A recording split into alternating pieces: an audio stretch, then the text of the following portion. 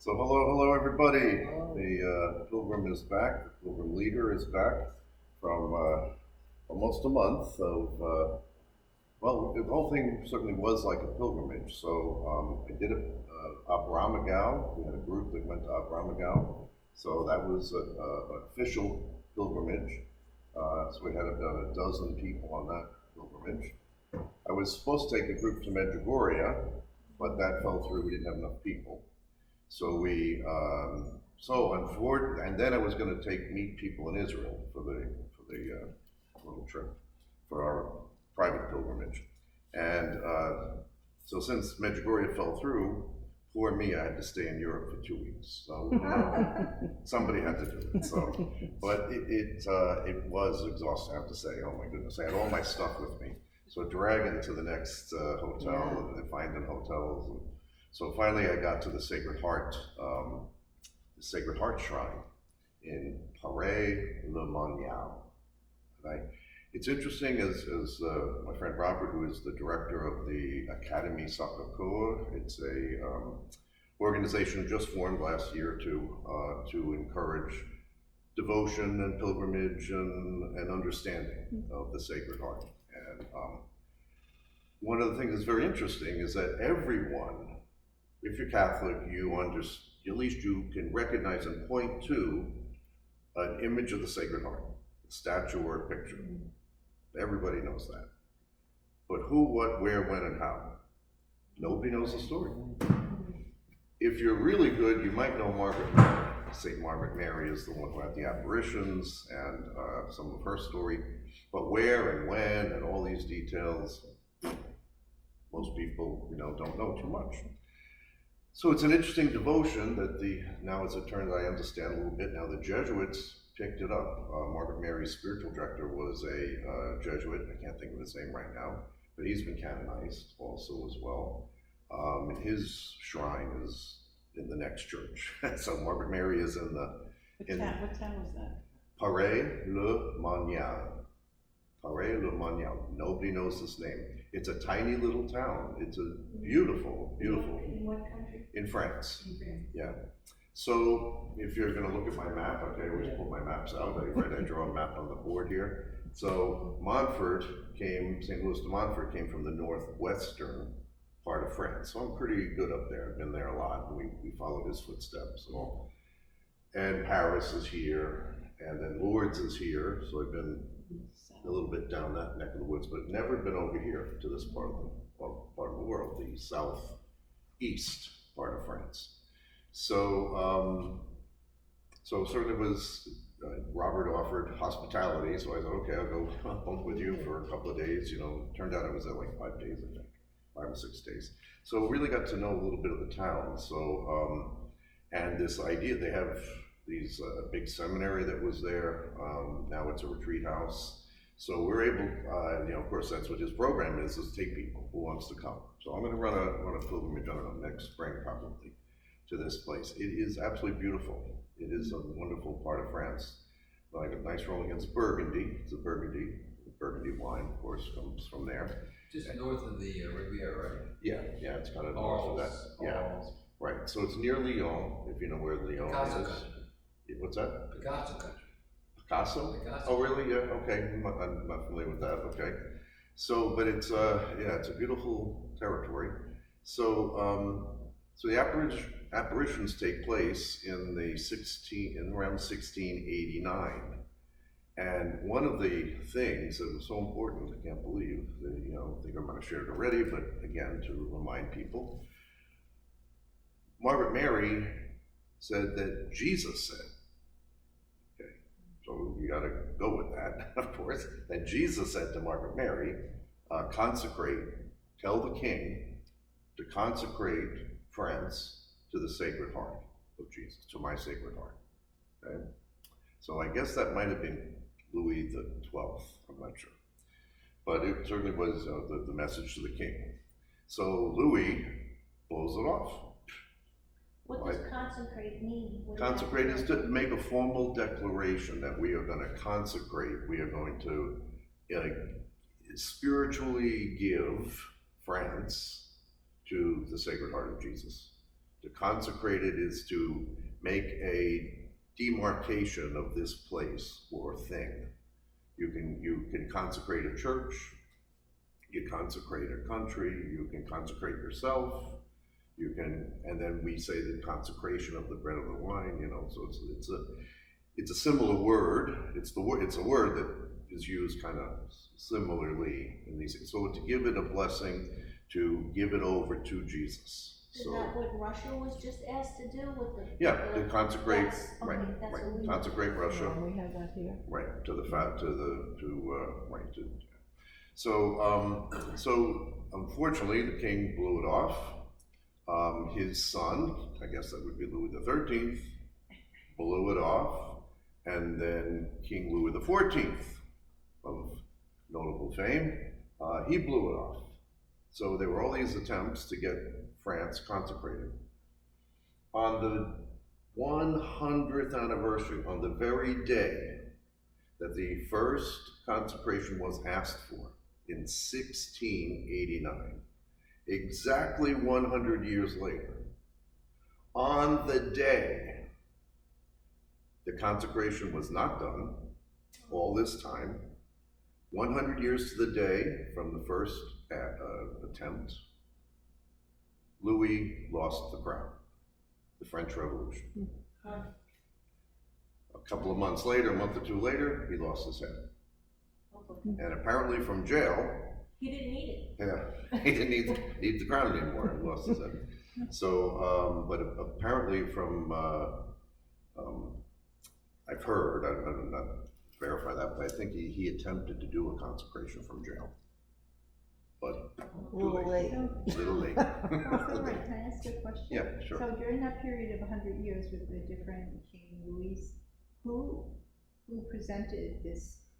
Yeah, I guess it was the bishops or, you know, other people who was really involved with the devotion to the Sacred Heart and promoting it, perhaps the Jesuits, maybe it was. I'm not sure of the details, you know, who is reapplying, you know, but certainly it didn't happen for these 3 generations of kings. And 100 years to the day now, really, come on, this is an amazing happenstance. Is that just a coincidence, you know, to look at this situation? So, you know, it makes me a little crazy when I hear these things, like, wow, how can that happen? How could So that did happen? they ever consecrate? I think they did. I don't know who did along the way, but I think in response to this, the French built Sacré-Cœur on Montmartre in Paris. So that church is a late church. It's not an old church. It's from the 1800s, but it's a big church on the top of the, you know, in Paris. You can see it from wherever. So I think they made an attempt, you know. And if you know a little bit of French history, either France has both feet in the church or no feet in the church. That sounds rough. Unfortunately, the French history, you know, was been really hard, really terrible. In this one town, Paray-le-Monial, there was a 1,000-year-old monastery. It's 1,000 years now, built in the 900s, 1000s, and the French Revolution came along and closed it down. So the monks have never returned. But since the French Revolution, or just before, the Visitation. Yeah. Well, of course, the Visitation Monastery was there since the 1600s. So that's interesting. How did they do that? How did they keep the land? This monastery, I don't know the history of that. But anyway, the French Revolution, they confiscated all the church property. All the monasteries were closed. All the, you know, when you go to Lyon, to the cathedral there, everything that they could get a ladder to, like you have, you know, beautiful cathedral, the facade with all the statues and the saints and the apostles and and everybody, any statue that was there had their heads cut off. What? And defaced, yeah. So they were all left, all these headless statues, as high as they could go, but the ones they couldn't reach, they're all up there. So you see all this. It's really, you know, it's amazing. This is history, and most of us don't know anything about it. That's why I do these classes. So Francis, you know, and then after the French Revolution, by the 1820s, a huge revival takes place in France. Huge revival. So all these new religious orders start, all kinds of Notre Dame sisters, of teaching sisters, and the LaSalle brothers, they all get going. So all kinds of religious orders, and even the Montforts got refounded and began to, really, grow. So that part of France was really good. That 1800s was good, and then in 1905, another secular government came in and took all the land again. And that's why the Montforts and the Daughters of Wisdom came to America in 1905. Because they were not allowed to wear habits, they weren't allowed to own property, they weren't allowed to do this and that and everything, so they left. And they came to the States, so that's 1905. So that's when St. Charles Hospital was built over in Port Jeff, and beginning of it. Montfort? St. Charles of Montfort? Yeah. St. Charles was founded by the Daughters of Wisdom. It was, it's got a whole history of, it was basically for the handicapped kids, started with that, and then Mary Haven, and then also Good Samaritan Hospital they started in Iceland. So they have those two hospitals. So anyway. The Saints' bones came twice. I saw them at St. Agnes. It was part of her arm, one of her arms. For who? The saint who saw the Sacred Heart. Margaret Mary? And then the other one, I think, was at Montfort. I saw it twice. In fact, I would have shown you the picture, but my husband accidentally left my prayer book in his car. Yeah. And dropped it, to get my car repaired. So, because I got a special car, but they had a case, and then inside, if you look carefully, there was her bone. And it traveled all around Long Island. Oh, well. Margaret Mary, Sister Margaret Mary. St. Margaret Mary. St. Margaret Mary? St. Margaret Mary. Oh, great. I wish I'd shown I you missed the that car. one, I guess. I don't know. I don't remember hearing about that. So anyway, so France has had its issues and stuff, but at the moment it's kind of funny that since they took all the church property, everything since 1905, if there's a church that was built since 1905, it belongs to the church. But everything prior to 1905 belongs to the government. Okay, so all these monasteries are laying around, all these churches are laying around, and they have to take care of them. So they do all these projects to, and they see it as the patrimony, the patrimony of the French. So that's how this organization, Académie Sacré-Cœur, got started, in order to try to do something. So I'd love to, take a crowd. So we'll see if we can do a retreat maybe next spring. If anybody's interested in that, we'll get the details. So it shouldn't be, too expensive. They have a nice retreat house and simple rooms. So if you're looking for first-class luxury and pools and spas, this ain't for you. But we'll be able to see some beautiful territory. So then we did a day trip up to Ars, the cure of Ars, St. John Vianney's right in that neighborhood. I went to that school in America. Oh yeah, cure of Ars. So that's really cool. I really enjoyed that trip too. That was really fun. So anyway, we did ran around there, France, and then I get to Israel. So as it turned out too, I thought it was really curious that I needed a flight to get there before my group arrived. They were all arriving from New York. It was 8 people, it's not a big crowd. So they were actually all on the same flight, so it made it nice. So I looked to see where I could go. And as it turned out, the best flight for me was on El Al, leaving from Berlin. So I never have been to Berlin, and I just was so curious that it's El Al, the Jewish airline, and I'm leaving from Berlin. Yeah. How interesting is that? Well, good, praise God that, El Al can fly to Berlin. And so I was there. So then another weird, just strange thing. El Al, when you fly El Al, they are very hyper on security. So they're always way at the end of the airport. They're always the last gate, hidden somewhere, and you have to go through a whole security thing all the time, which is fine, but so this time again, I had to find the gate. It was really, so I'm way at the end, nobody's around, nobody even asked, there's no people, I don't know if I'm in the right place. get into an elevator. I think it's supposed to go down a couple of floors, and these two young fellas get in with me, and they went their way. I thought I was going the right way this way. Turned out I was wrong. But in the elevator, this guy is like looking at me. Okay, okay, whatever. So we separated.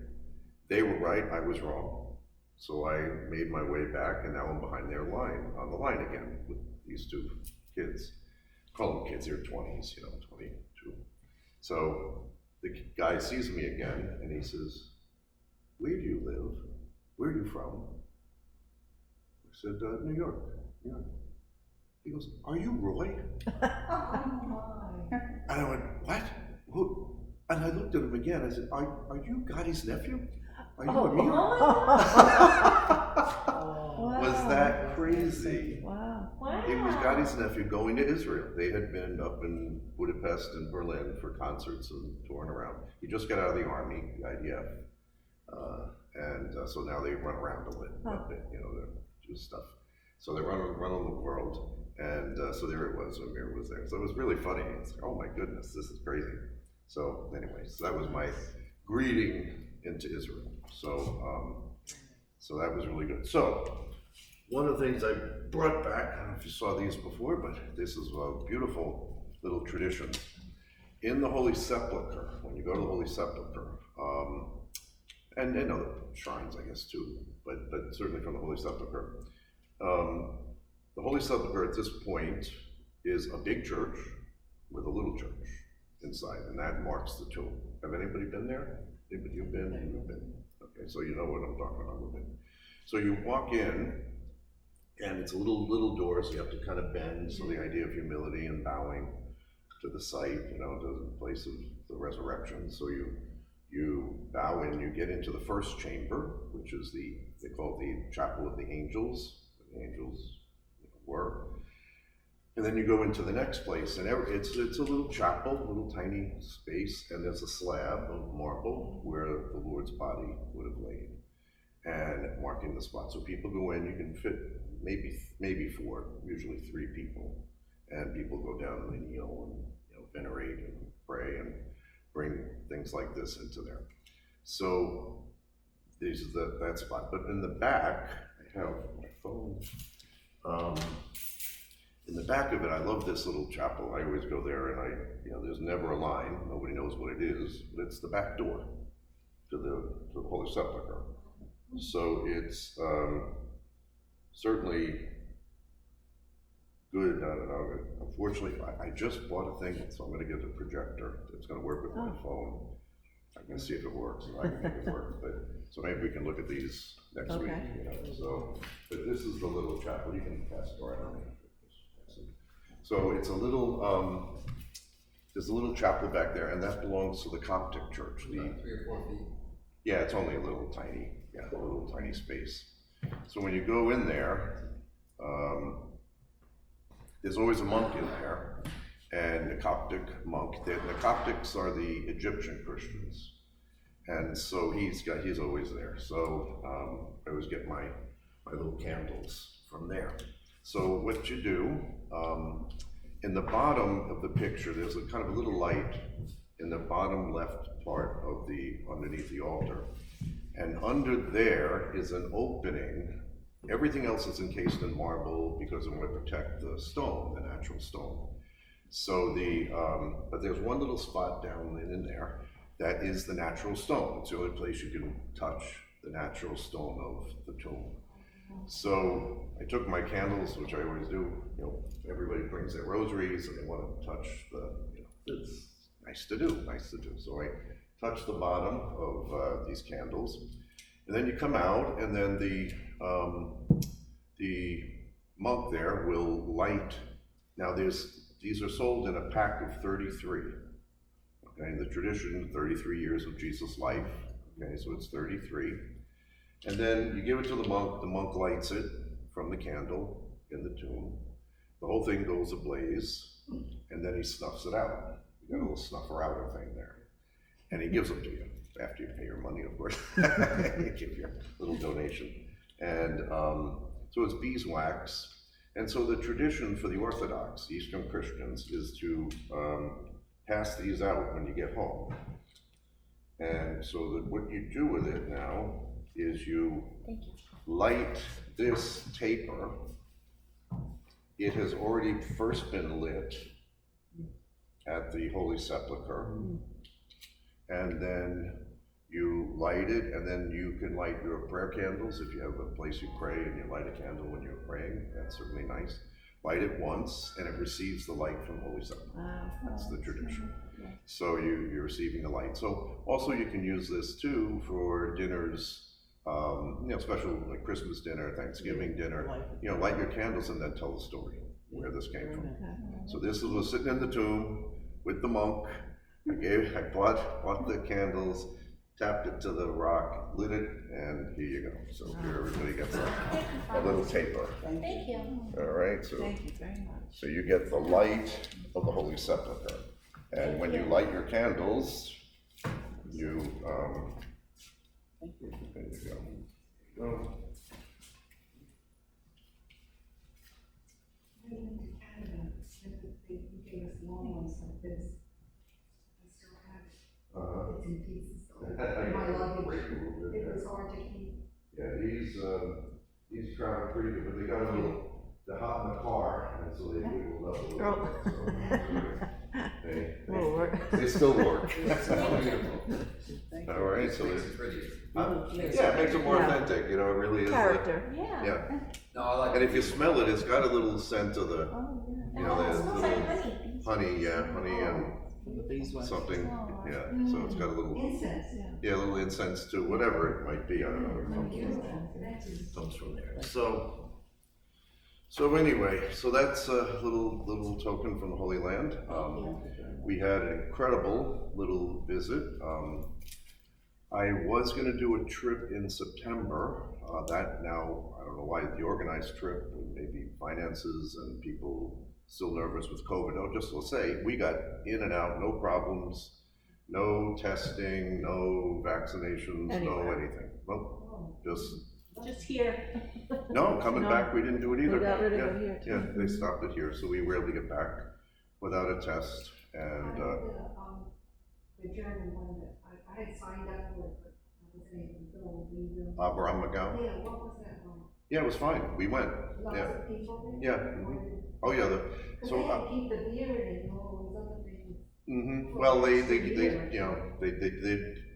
kind of they stopped it in 2020, and then they planned it for this year for 22. So it was good. The whole place is, I think it's about 5,000 maybe people at one show, and so they do it in the afternoon. They start the first part about 2 hours, 2 or 3 hours, and then three hours at least, 4 hours maybe in the evening. So they break for dinner, and you go to it. The whole place is filled with restaurants. Everybody goes out for dinner, and then everybody comes back for the second part. The play itself was beautiful. Yeah, it was really impressive. I didn't know what to expect.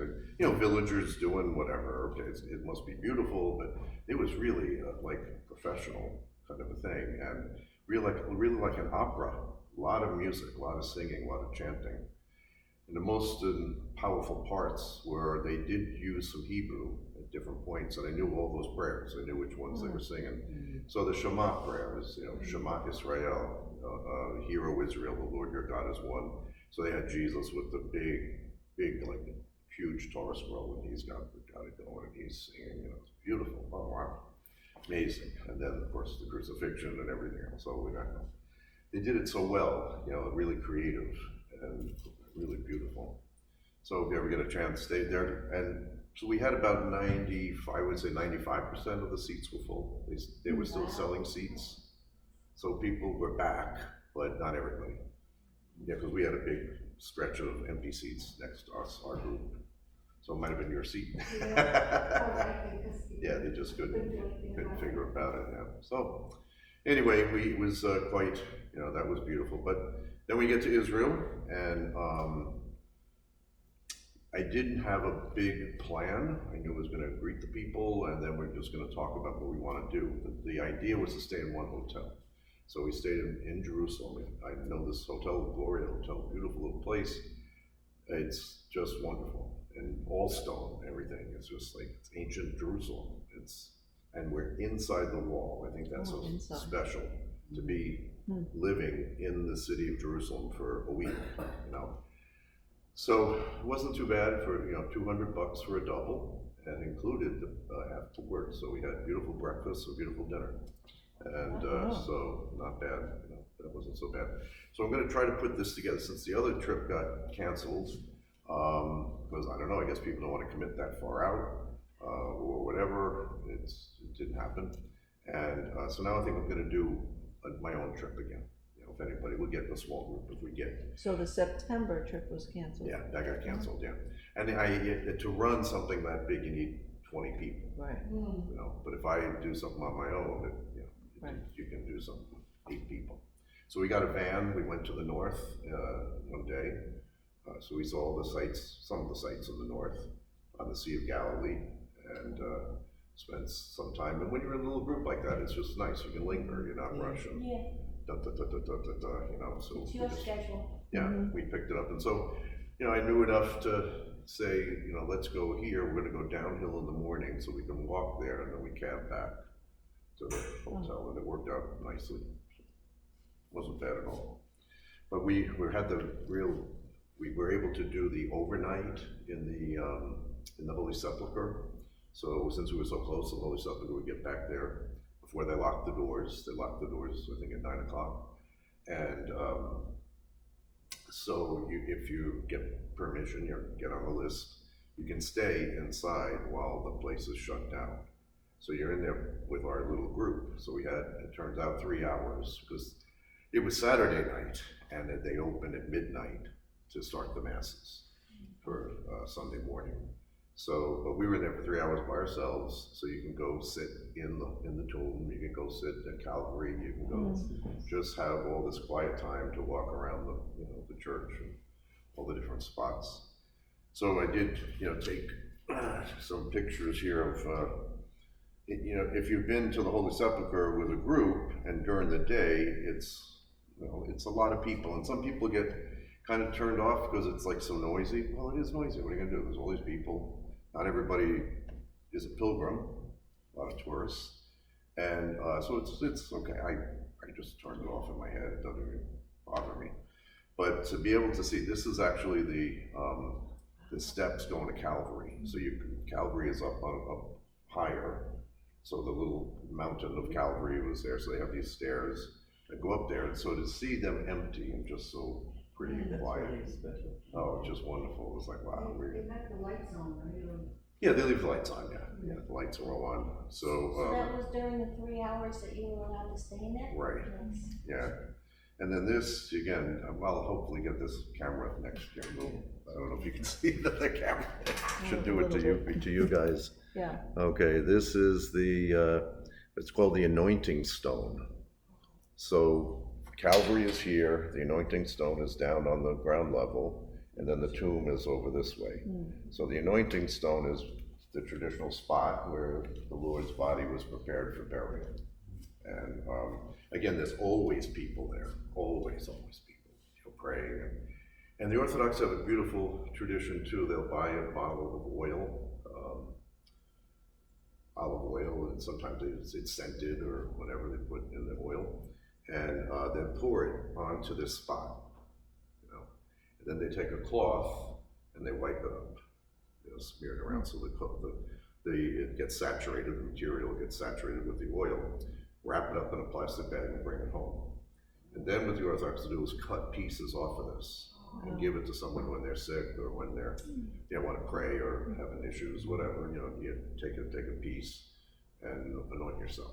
So it's a beautiful, beautiful way. So of course not everybody can go there. So you bring something back, just like the candle, and these little pieces of cloth, however you cut them up. This is where a lot of the Orthodox, especially the Russians, bring stuff back home.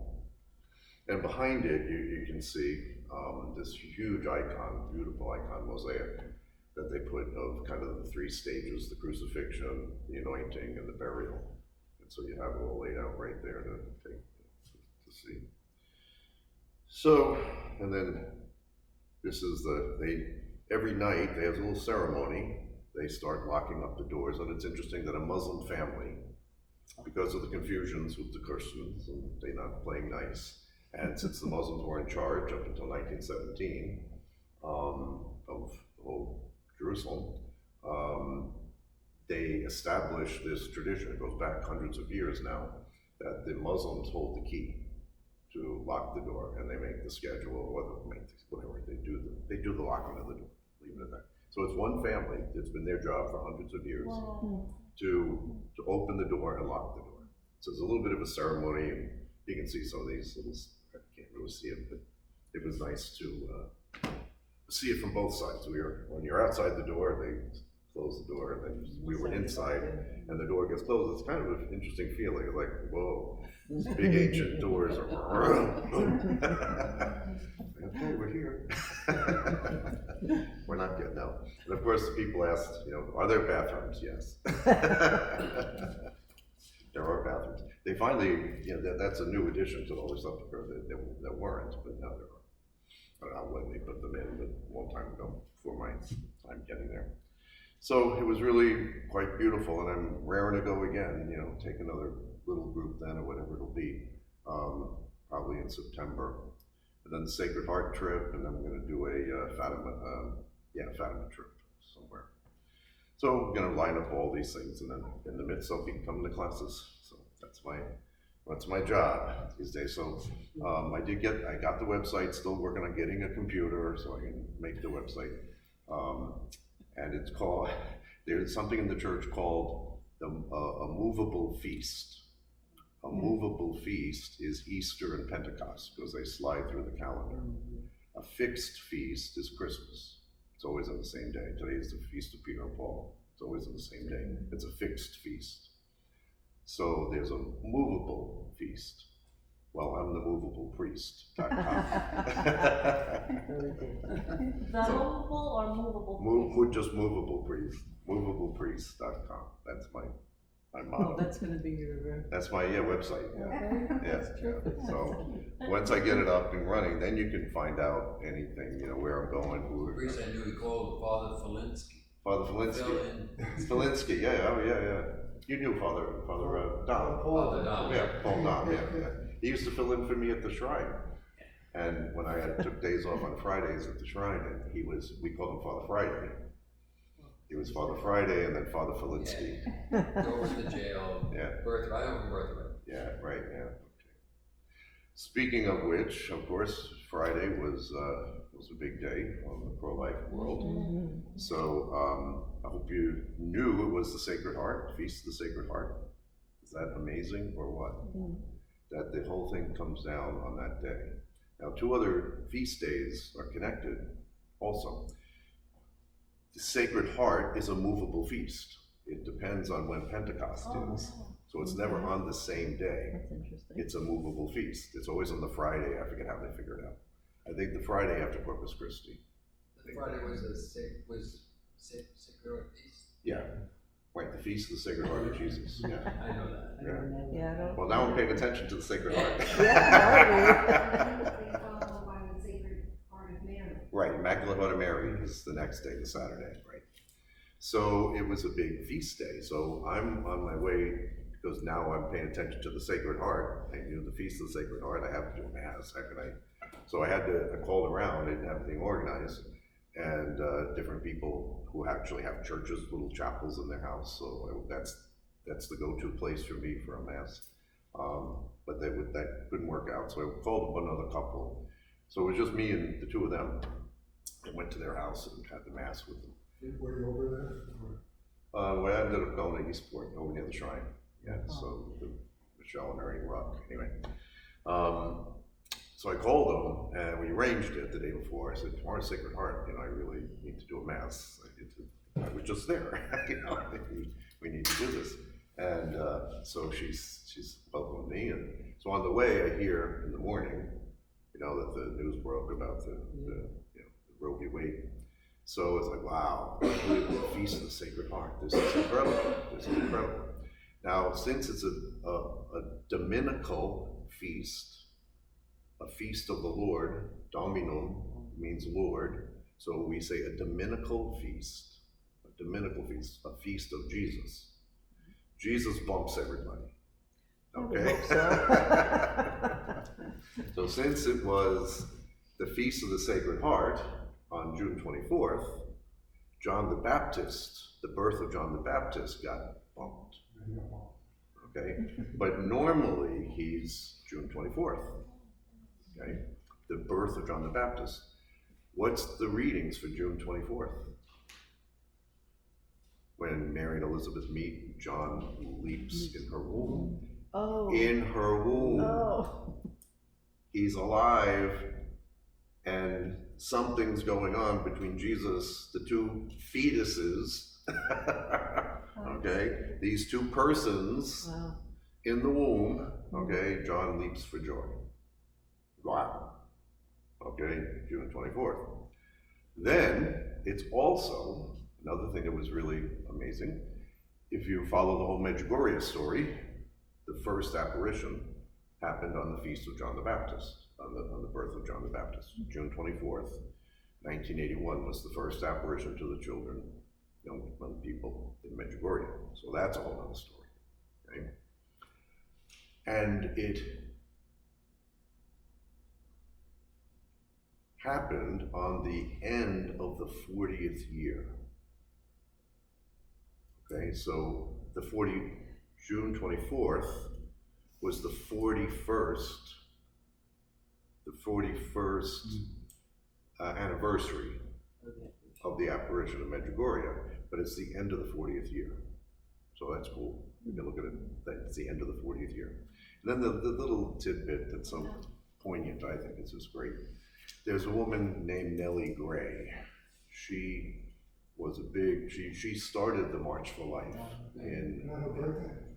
it was her birthday. Wow. She died a year ago, 2 years ago. So I just thought, Wow. is that cool? Nellie Gray's birthday. After her whole life, 40 years of doing, 50 years, whatever it was. Yeah, of doing the March for Life. She died like 2 years ago, I think it was.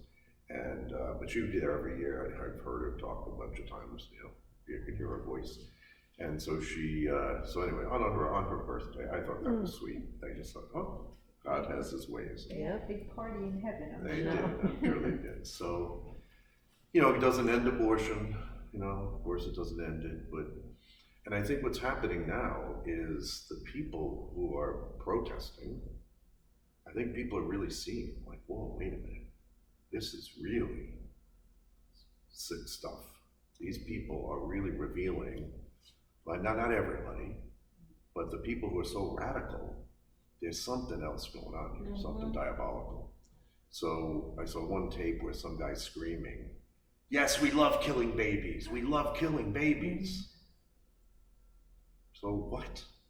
So you gotta know there is a tradition of, the Jews struggled with it back in the day before Jesus, in centuries during the Old Testament, of Moloch worship.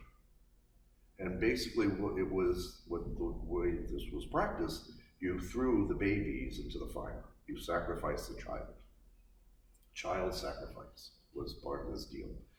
So it's an ancient religion, and some people say this is connected. This is connected. So some people, now the Church of Satan is on record saying you can't prohibit us from having our sacrament. What? Wow. This is your sacrament? Killing of an innocent child at any stage, they get grace, or whatever you call it, they get energy. Holy moly, this is crazy stuff. Now, I'm not saying everybody's doing that, whoever had an abortion, but some of the underneath all this is really some really sad stuff, really sad. So we have to just keep praying and, you know, convert, you know, one heart at a time, you know. And I think it's interesting that one of the things that a motto or something for the pro-life movement, you know, stopping a heart. It's you know, abortion stops a beating heart, and on the Sacred Heart, that this gets done. That's true too. You know, so just, okay, you know, I see what I see. You can do with it as you will, you know, but this is a battle between really good and evil, you know, life and death. Children. I mean, I just retired as a teacher, and I wear my right to wife pin. I had a 6th grade little girl, 11 years old. What is that? And I said, it's a right to wife. That means you're against abortion? And she was admonishing me, like, how Yeah. could you think that way? Yeah. Yep. So I'm working in a public school. I said, well, you know, I respect you. I hope you respect me. What else could I say? Yeah. A little child Yeah, being like her mind poisoned by that is just shocking to me. yeah, So- it is, it's shocking. Yeah. And there was a picture of one mother in one of these rallies with the 2 little kids, don't let this happen to you, or something like, what? I mean, what does it do to these poor kids? Hey, I hey, saw one hey. picture of a pregnant woman, very pregnant, probably 7 months or so. Nice full belly, she had her shirt up, and on it was "not a human." Yeah, I saw that too, yeah, not a What is human. wrong with people? Why is she Not- carrying it? not a I don't human. know. Not a Why is she human. doing that? What disturbs me is when you look at the statistics, and I had studied them in another group, the ages of 11 and 14, incest, and they died. There's a huge number that many people don't realize. Mm.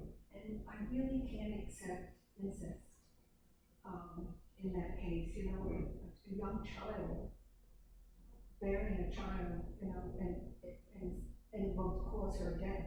It upsets me. Mm. And upsets me if, I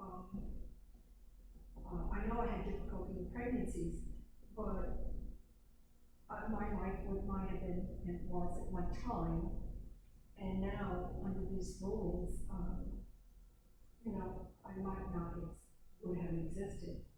I don't know, those 2 things, because I don't believe that law ever should have been in the Supreme Court. It had nothing to do with it, should never been done.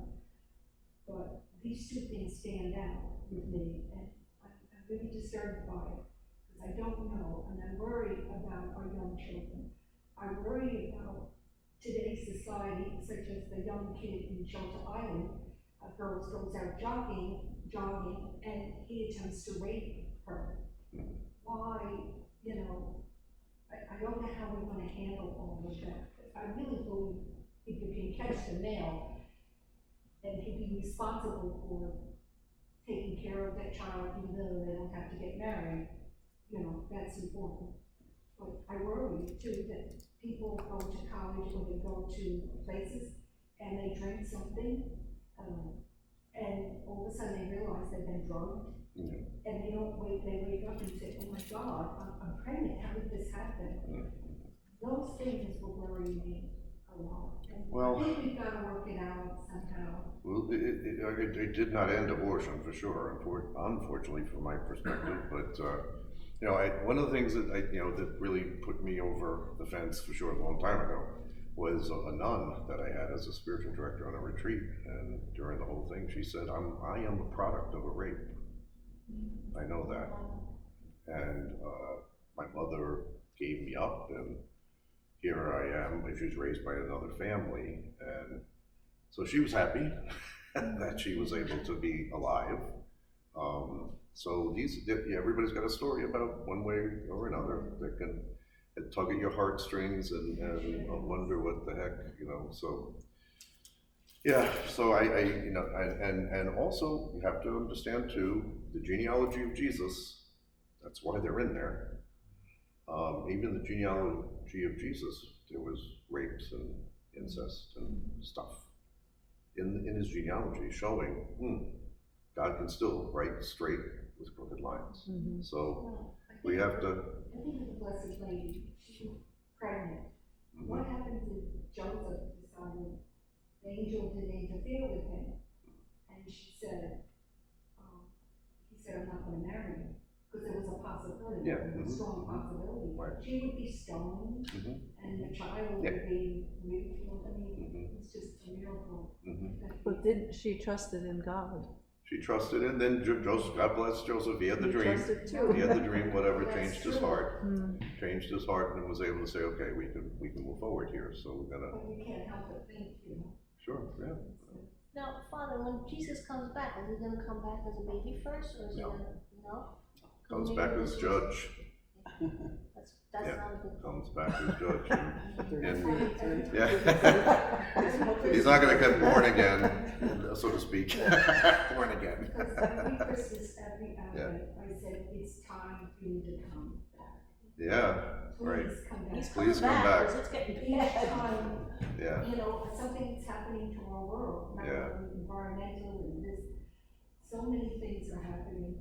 And, Yeah. I wish we But could- hasn't Wish that, you would, but- hasn't that happened throughout, you know, you read the Old Testament, it's been happening since the get-go, and as you say, history rhymes, it just, yeah, right, it rhymes. it rhymes. So you can hear, you know, we've been through tough times before, and we're in a pickle now for sure, with everything. You know, morality, finances, money, Yeah. whatever, Yeah. inflation, whatever this all is going on, COVID, whatever, holy mackerel, you well know, you're not unconscious.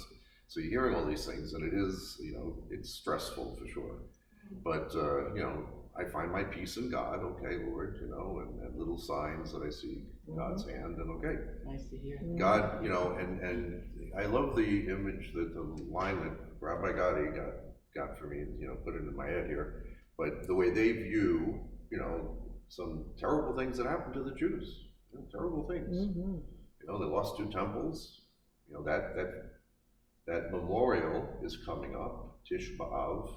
It comes up usually in August. I think it's a little earlier this year. So Tish B'Av, they lost 2 temples, Jerusalem destroyed, of course the Holocaust, you got all kinds of things. But the way they express it is, God does not punish, God is love, God is good. But he removes his hand of protection. I love this image. That's the way I see it too. So if you tell God to go away, Well, he does. And when God, who is truth and beauty and order and all this, you know, all the good stuff, when you tell all the good stuff to go away, we don't need the 10 Commandments, we don't need to do that, whatever. Okay, look what happens. We're in the middle Evil has he its gets evil. evil, yeah, it gets crazy. And so of course there's gonna be consequences, you know, for this. So we're in this moment of time, and let's see how things proceed, you know. God is. Now, I also answered that question for myself too about, well, why don't you come? And I got really PO'd one time, and you weren't here for maybe some of this classes, but I love to tell that story. I was just annoyed with the world and God and everybody. It wasn't working out. I'm still suffering. You know, why didn't you come in the 3rd century? That was how I said it. Why didn't you just get this done? This is ridiculous. All this suffering, all this chaos, and I'm in it. And I love to pray that way. That's a good way to pray. Israel, the name Israel means one who wrestles with God, who struggles with God. It means to wrestle and struggle. So that's good. It's okay. Go ahead. So when I pray like that, I always get an answer. I know it's coming. And it just is like an idea. I don't get voices and stuff, but something like that. But he calls me Schmidlap. I hear this Schmidlap. You know, I'm in my little tizzy, and I'm going like this in my head and my prayer, and I'm having a tizzy fit, you know. And why didn't you come in the 3rd century? And he said, Schmidlap, where would you be if I came in the 3rd century?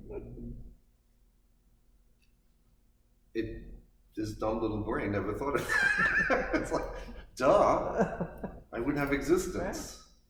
All these centuries of people, God's in the business of life. What happened in the 3rd century? I don't know, I just figured it should have been done by then. Oh, I'm just saying, you know, why couldn't you just finish it then? okay. Did I miss something? Yeah, why didn't you come? Why didn't you come?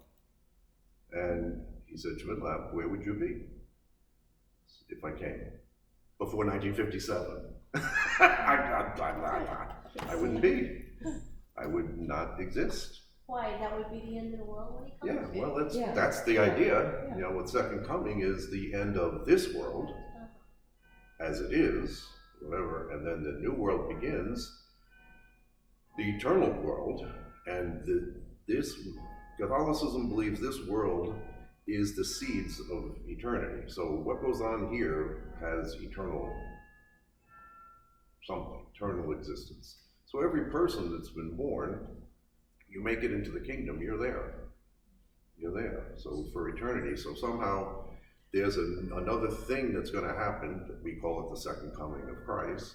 And this is where Christians get all kinds of, you know, if we ever really get into the book again, and get into the Reformation and all the Protestant ideas of, you know, second coming, what's it coming,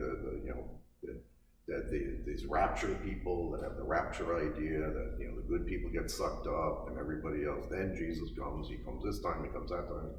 There's too many comings, you know. Christianity has always taught one more coming, whenever that will be. And it is, from my perspective, that it's God's mercy that he brings more life into the world. You know, more people. And we have this really perverted understanding people are poison. I mean, that's what they're teaching some of these kids. Humanity is poison. Yeah. for the earth. We're the poison, we're the problem. Holy mackerel, wait a second, this is really, if you're a Jew and a Christian who takes Genesis seriously, you know, that's not, again, remember we talked about this, you know, chapter 1 and chapter 2, two different stories of creation. I hope you remember this. It's not biology and chemistry. The atheists love to throw rocks at us for saying, how stupid can you be? 7-day creation, what a dumb idea. It's all a bunch of baloney. You people don't know anything. Genesis is so real, it's real. It's the truth. Right? So the creation that God created us in his image and likeness. Okay, so there's something divine about being a human being. We believe that. We know that. And other people don't. Now, it's really becoming clear. You know, they're slime from a swamp. They're a cosmic accident. So therefore, their greatest hope is to recycle. All right, become a tree when you die. You know. So this mentality that humanity is nothing, you're just an animal, you're just a nothing, you're just you know, that we in fact not even just an animal, you're worse than an animal. Because look, they say, you know, whatever we do. So this is Christian anthropology, and that's what we're going to get into with Martin Luther. Start talking about how Protestants began to go in a different direction. You know, of who the human person is. In good Judaism and good Catholicism, we have a very high idea about who the human person is. And now, from the diabolical side, or the atheist side, or whatever side, it's diminishing that. Of course you can kill a baby, why not? I mean, it's just a problem. So there's no guilt or, you know, it's of course the rational thing to do. But once you start doing that, then of course you now are a problem to me. And I need to kill you. For the old people, let's just get rid of them. You know, just get rid of them. So it just keeps going and going when you get into this idea that each human person isn't, you know, unique. It's just like a tree when you just cut it down. Yeah, so the human person, for, you know, in good Christian humanism that we started talking about, you know, this idea of Christian humanism, the goodness of humanity and the worthwhileness, the beauty of humanity. So that comes from the Christian and Jewish tradition. And then we start getting different opinions then of how we live good life in this world, and then what is eternity about. So there's going to be differences in the different Christian traditions now, and what that's going to, you know, how we achieve it in this world. basically you're talking about grace. You're talking about how does grace work, you know. And so some Protestant ideas that were condemned at the Council of Trent, you know, like that, you know, we are made in the image and likeness of God. We have the divine spark even after the fall. Right? We believe somehow there was a fall, that we became aware, we chose between good and evil, we chose evil. That's left consequences in us, you know, consequences in the soul. But the sacraments begin to transform that. And so we do have this idea, we call it sanctification, and the Orthodox Christians call it divinization, that we are being made ready for eternity now. And hopefully we're growing on our journey. We are being transformed by grace. We talk about a real transformation. Protestants have a different opinion. You know, Luther was quite explicit. He said, we're all Scheisser. You know what Scheisser is in German? Scheisser is the bad word. The bad word. He didn't even use like feces or something. He used really the bad word. Okay? So basically what happens is that Jesus comes along and covers us with his blood. So God doesn't see the doo-doo anymore. He sees the blood of Jesus, therefore we're in. So there's no transformation. Yeah, doesn't that kind of give you an out to trying to, I don't know, make any progress in the journey? Right. This is that Because sanctification. We call it I sanctification. can still be Right. shite or whatever. And that's what some people will say, you know, I'm saved. That's where you get some of these people. I know I'm saved. I'm already saved. I've said Jesus is Lord, and that's it. So once saved, always saved. The church condemned that position too. We know we can lose our salvation if I, go crazy. So, but we do believe that we are saved, but we just have to. We have the hope of salvation. I live in the hope of salvation. Yes, I live in the hope. And I don't know until it's done, until my life is done. You know. So we have hope for that. That's the idea of using the sacraments. That's why the sacraments are there, so that we continually grow in the life of grace and in faith, hope, and love, and you're progressing, hopefully. So we're not just stagnant and we're not just covered over. We are being transformed. That's what Paul is talking about. St. Paul is saying that we're being transformed by God's grace.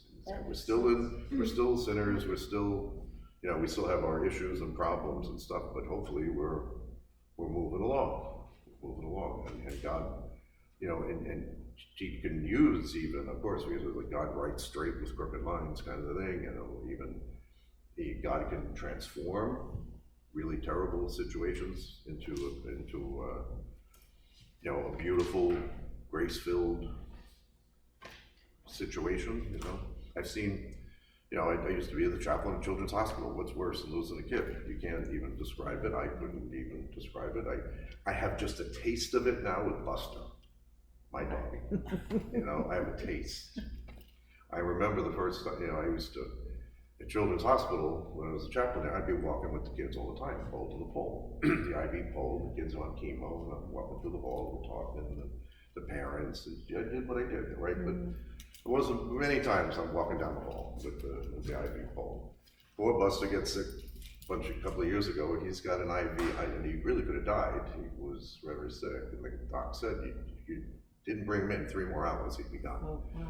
So they put the IV in, they did what they did, gave him whatever he needed, pulled him through. So he said, take him for a walk. So I'm taking Buster for a walk. And I'm in the back, I had to go to the back outside because I was so overwhelmed. And I thought, those parents, oh my God, I can't even imagine what happened to those parents. I've been walking with an IV pole. And here I am with Buster. God bless Buster. I still love Buster, but I can't even imagine if it's your kid. So anyway, tragedies, okay? But I see some of these families transformed, grace, went through this amazing, horrible situation, and okay, you know, some good things came out of it, and good was there. And then I saw other people crash, totally crash. Now, what's to explain that? You know, it's faith, it's relationship to God. That certainly, you know, but other people drank themselves to death, did whatever they did, you know, just crash. But with God, all things are possible. You know, they progressed, and they really made some beautiful things in their life. Otherwise, you know, even through that horrible situation. So that's grace. That is the action of the Holy Spirit. And if you want it, you seek it, you get it. You don't want it, you don't know it, you don't have it. So the seeds of heaven and hell are already here. You know, the seeds of heaven, the seeds of hell. Okay, it's one way or another. And the idea that most people have is that everybody goes to heaven. I'm sorry, you have to that's not in the gospel. It's never been. You know, God works out in His mercy. You know, I'm not saying who's there. I wouldn't say one person, but we know that it's there because Jesus said it was. And okay, there's sheep and goats, and there's wheat and chaff, and He says all these things. You know, they're going to be burned in the fire. Okay, whatever that means. So I don't want to go there. I'm still here. I want to go on this side. So, so we, you know, we're going to get into that eventually. All right, what's already the time? Wait, did I? 10 after 4. We go to 4:30. Normally before 4:30. That's right. Just thinking 4 o'clock was supposed to start tonight. It's been a month for me too, so I'm off my schedule. So, so we did in some of the classes. Now everything's because now we have 4th of July. So one class is not happening, another class is not happening. So we're going to try to get everybody back on the same page. I'll be here for the rest of the summer and until we do another pilgrimage. So so we'll just take it slow. But these are the things that happened in Western culture with the Reformation. This is big stuff. This is big stuff. This is how we've fractured Western culture since 500 years. And now we're at the kind of the end of it now, of saying, wow, we've taken this confused understanding of who we are as people, and all these opinions, all these theories, and taken it far. We've taken it far, and now we're here. We're in this moment of real wondering as people who, what's next? What's next as a culture? So some of this gets going back in the Reformation and trying to figure what happened there. So so each tradition, as I tried to say one time with that I find it fascinating that the church broke into three. Like I did that talk on the Trinity and stuff, but the church basically is broken into three parts: Orthodox, Catholic, and Protestant. We have a Holy Trinity. So if you start playing a game with trying to figure out that God did not intend, I don't think, God desired to have 10,000 Christian churches. Jesus prayed for one, and we broke into these great, and we've done some of the history, hope you remember, the Orthodox, how they fit into the picture, and then the Protestants and the Catholics, here we are. But that we are separate, I think we have each received blessings and curses.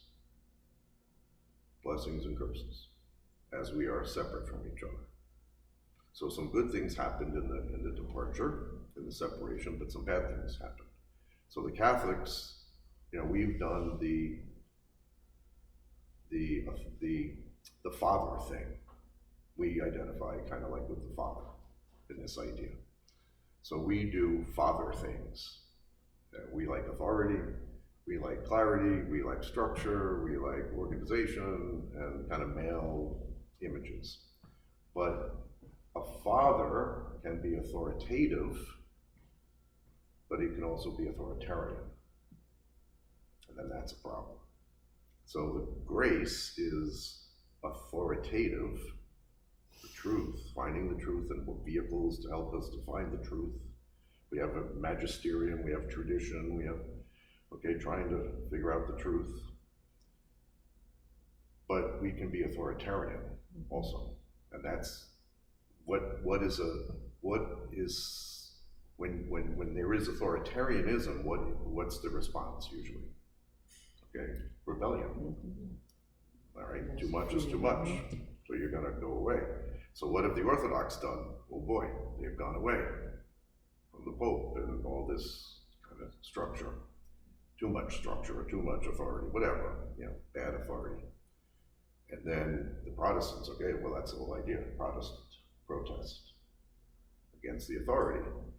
But now Protestants have a problem. They are the Son people, they're the Jesus people, they really emphasize Jesus. They can't deal with the Father sometimes. That's as in Pope, Papa. I don't want to be told what to do, I don't want this. But then they fracture amongst themselves. There's not a communion amongst themselves. There's all this fractures, and they fight and argue on all kind of everything. Oh yeah, that's just one of them. Yeah, that's one of them. Yeah, the indulgence thing that started, Luther going, and What do you mean indulgences? the indulgences that they were selling to get some money to build Rome, to build St. Peter's Church, the Vatican. So they were selling indulgences, and the way they were selling them, it wasn't what they were taught to do, but what did happen is some places in Martin Luther's church, the guy basically said, give me $20 and I'll get grandma to heaven. I'll give you a ticket that says you went to heaven.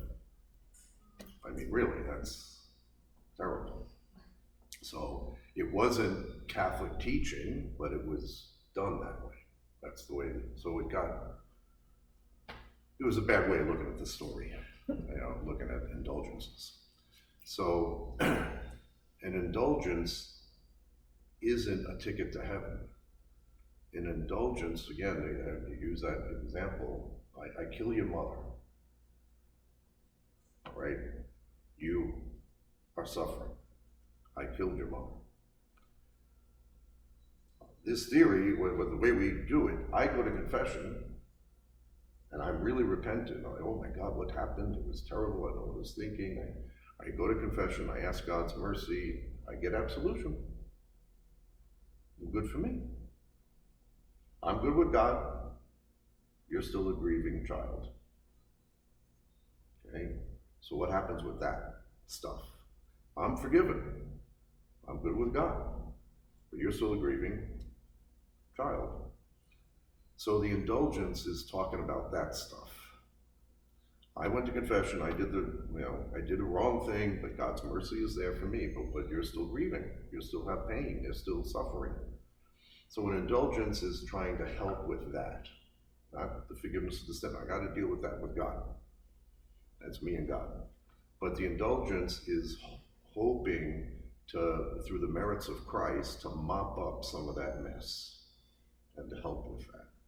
So by getting an indulgence, you're bringing prayer and a sacrifice into the world. You sacrifice the money, you make a gift, a donation. The Bible does speak about that. You can wipe away. The Old Testament has a couple of phrases in there that that charity almsgiving helps get rid of sin. Right? Now you're not going to buy it, but the consequences of sin. That's the thing. That's what we're talking about. The consequences of sin. Every individual is responsible for their sin. And if you ask for mercy, it's given. Because God is merciful, of course. You repent. But the consequences of my sin and your sin, it's still out there. It's still out there. So the indulgence system was a way to try to say we're going to mop up that. Try to help. Sort of like bringing a balance. Trying to restore. Right. Right. So anyway, it's one way to begin to describe the indulgence, what the church is trying to say with indulgences. Now, we minimize it today, but we still get plenary indulgence. You go, and you can get them for other people too. You can pray for the dead. We've always prayed for the dead. That was another big deal with Martin Luther. He said, no, you can't pray for the dead. They're done. It's over. So, and then some Protestants will teach that that there is no existence after death. You are literally nowhere until the resurrection. Then you rise from your grave. So you're in no place. Which is sort of our being in purgatory. Well, it's not. No, it's really nothing. That nothing happens after you're dead. Now, some Protestants, again, it's who gets to make this up? Right. Every Protestant pastor is a pope. So it's what their personal opinion is, and then they teach their congregation. You don't like what I'm teaching, you go to another church, make another church. So these are the tradition of purgatory. We teach purgatory. There is a purgatory. There is existence after death. We, go to heaven direct. I guess maybe hell direct. I don't know.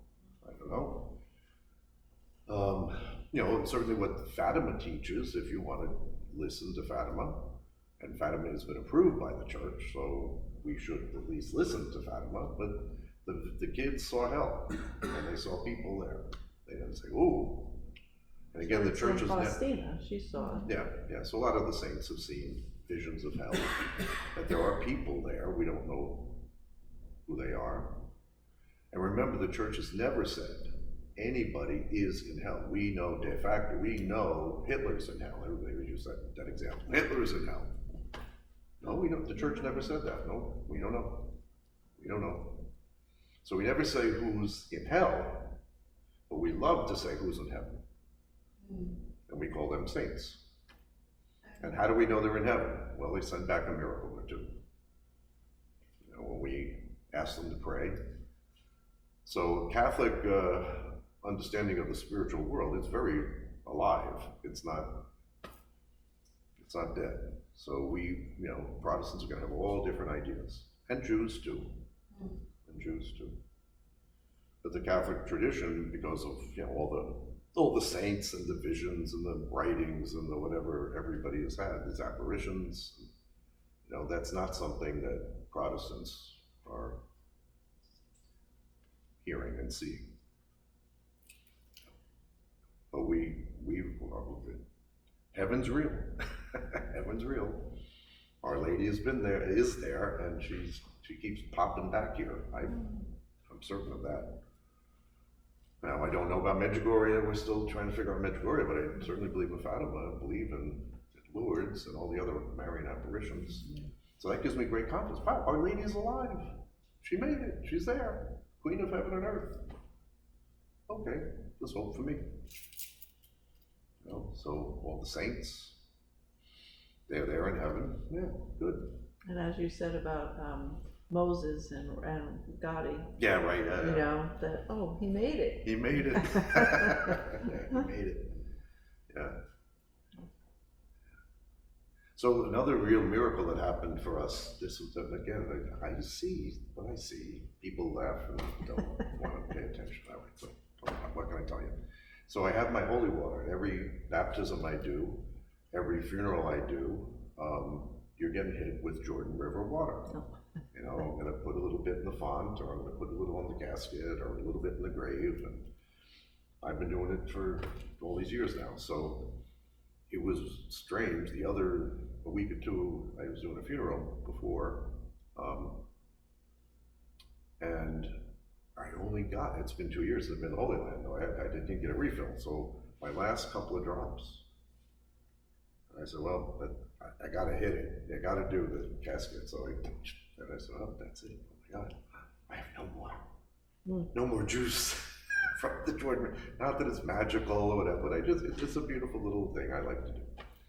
Hit them with the holy water from the Jordan River. So I don't have any Jordan River water. Now, am I planning to go to the Holy Land? Here's Jerusalem, and you gotta go north, and the Sea of Galilee is up here. Now, there is 2 ways to go, but I assume the driver would go through the Israeli location. and that would be what he would do. That's what I assumed. It's a highway, and it's... So he didn't do that. The other way is to go down toward the Dead Sea and get on the Jordan Valley Road and go up north, follow the Jordan Valley. And as soon as he left Jerusalem, I was talking with the people, and I realized, wait a minute, we're going down. We're on the road to the Dead Sea. So it starts going down, and I said, wait, driver, hello, I forget his name, Waleed, I think was his name. Are we going near the baptism site? We're going, I know it's down there. And he goes, yeah. Can we stop? He says, you're the boss, I'm your driver. Where? Oh my God, we're going to it. We're going. I didn't even think that I could have said to him, go that way. I'm not good at this yet. I'm not the director, It's the first time doing this.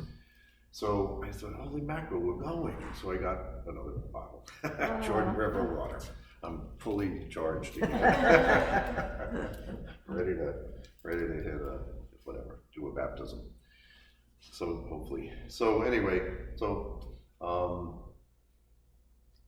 the life of, we will, slowly get into Martin Luther. You could read his biography. We started a little bit in the last class.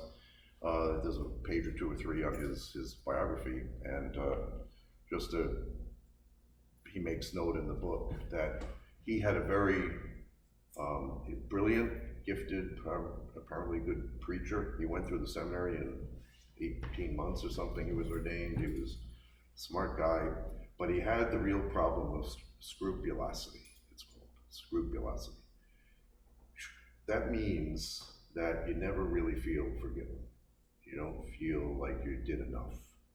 So you have this constant problem, and we do have this problem in the church. There's some people, ask any priest, they'll tell you, oh, I know who they are. And I used to get people at the shrine all the time on Tuesday, Monday. Can you hear my confession? All right, So they'll sit down and they start going. And I always ask, when's your last confession? Oh, Saturday. Okay, what happened?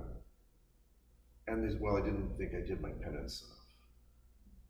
Or I didn't say my prayer from the heart.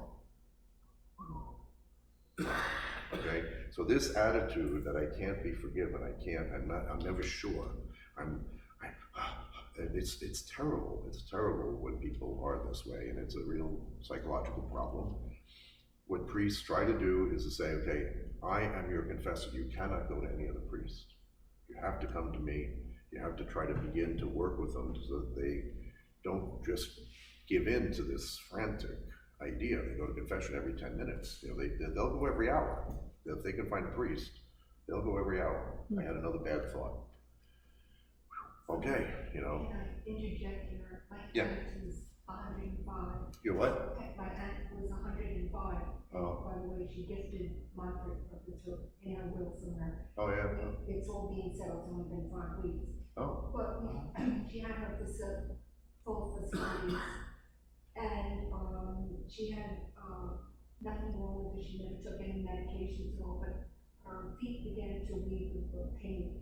And she didn't tell anyone because she said she was offering it to Jesus. Oh. And then on top of it, she started to fast because she wanted to avoid purgatory. Oh. I mean, she was sharp as a whip. I mean, everything was still trying to figure out, she's of that mentality. Yeah. Where and then she passed away during the night. But she's an extraordinary woman, but she believes so strongly in that we believe it's scary, because if we said later, if Aunt Helen doesn't get to heaven, there's not much room for the rest of us, Right. any chance for the rest of us. I mean, it's good to be, the scripture does say, work out your salvation in fear and trembling. Yeah, we should be concerned, but scrupulosity is too much. That's to be avoided, and you don't want to foster it. Help people to make themselves crazy. So anyway, Lord Martin Luther was one of these people. So he was really in turmoil, and he said in the book, and we'll get there next week. I don't do it now, but he was really, really struggling, and to the point where he would curse God and curse, just be so why am I tormented like this? So, in order to counter this feeling, he came up with this theory that that's how we're saved. I'm still a lump of doo-doo, but God covers it. So that gave him some satisfaction, that he found some peace. But it's a heresy. It's a Don't you heresy. think it was like a circle he was in? Because he would get better and then go back to. He had some, it was a spiritual problem. So he brought his own Yeah. personal situation into his theology, and then it blew up. There were other reasons why people at the day who began to see, maybe they didn't understand the theology so well and all this kind of theology, but basically what Luther began to do too is that a lot of the German princes who were not interested in sending money to Rome to build St. Peter's, so there's a financial and a political aspect to it too. So they said, well, I don't know what you're talking about so much, but I want to be free. I don't want to have to pay the Pope. I'm going to take off and we'll start this Lutheran church. So this is a problem. This becomes a problem, and the rules, and the consequences are literally deadly. Of course. Is it true about a year or so when Henry VIII left the church, he defended the Pope? He wrote a thesis. Yeah. Now I we couldn't believe that, and then yeah. a year later he Right. left. Right. So what happens now with Henry VIII? Henry VIII gets wind of what Luther's up to and sees already this is going to be a problem. So Henry VIII makes a big declaration, we're not going there. The Pope is the Pope, he has the authority, he's the leader of the church, and Luther is wrong. So the Pope says, thank you, Henry, you have a big position in the world, you're making a good choice here, and I will now give you the title Defender of the Faith. And gives him this great honor that you are a big spokesman talking to all of Europe to say, Martin Luther, you're going too far. You're destroying the unity of the church. You're setting yourself up as a pope. And there's only one pope. Let's work this out. So that was all hunky-dory for 10 years until he needed a divorce. And then the Pope said no. I always thought that was ironic. And then Henry VIII goes off and says, okay, no, we'll turn this down and we're going to go our own way. So he's the leader of the church. I always thought that was ironic when Queen Elizabeth couldn't grant an oath to her sister Margaret. She wanted to marry a divorced man. Meanwhile, that church was founded on divorce. On divorce, yeah. So this is another thing, it does drive me nuts that, Protestants say they're the Bible people. They follow the Bible. They believe the Bible. Okay. And every one of you is divorced. Okay. But, a lot of these pastors, they've had a couple of wives along the way. Not the same, divorce is terrible, it's hard, but Jesus did say something about it, and St. Paul said something about it. It's real clear in the Bible that divorce isn't good. Now, people have struggled, of course, these days, my goodness, it's terrible because of all the other stuff going on in the world. People have fallen into some bad marriages, and the church does have a process of annulment. It's not Catholic divorce. That's very important for Catholics to understand this. Annulment means that at the time of the marriage, both people didn't have both feet on the altar. That's the way I like to describe it. There was something hidden. And the way the church reckons it, if you didn't really believe that you were going to be faithful and permanent and open to children, those are the three things. So the marriage gets done, and the wedding happens, and now one of the spouses is unfaithful.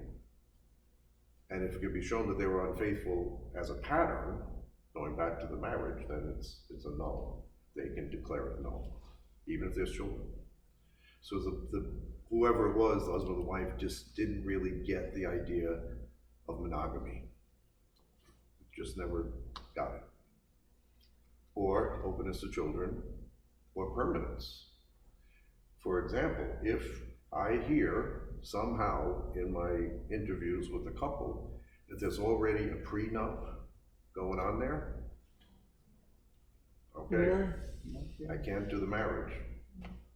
You're already supposing there's going to be an opportunity or occasion that you'll split. If that's already in your thinking, you're not thinking permanence. You're not thinking permanence. You're already negotiating. And that's the biggest problem we have now with all these kids that are living together. You know, not the worst thing in the world. Okay, you're monogamous. Hopefully, I hope that's working for you.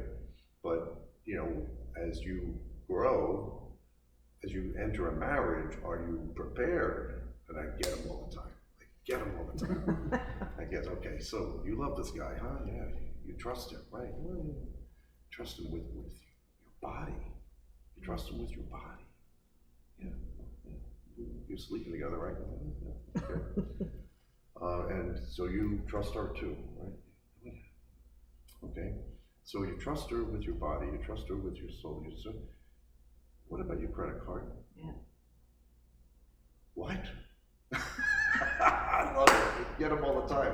No, I got my credit card. She's got her credit card. Okay, there you go. So keeping it separate. You've already started a tradition. Watch that tradition. No, you have to come together. You have to merge everything. That's where you know, a lot of the divorces happen because of money, finances. You know. So that's got to be part of the deal from the beginning. But it's interesting. You work with some of these young people, and they share everything except the money. It's like, okay, get them all the time. Think about it. Anyway, all right, that's enough for today. Thank you. Amen. Amen. Good.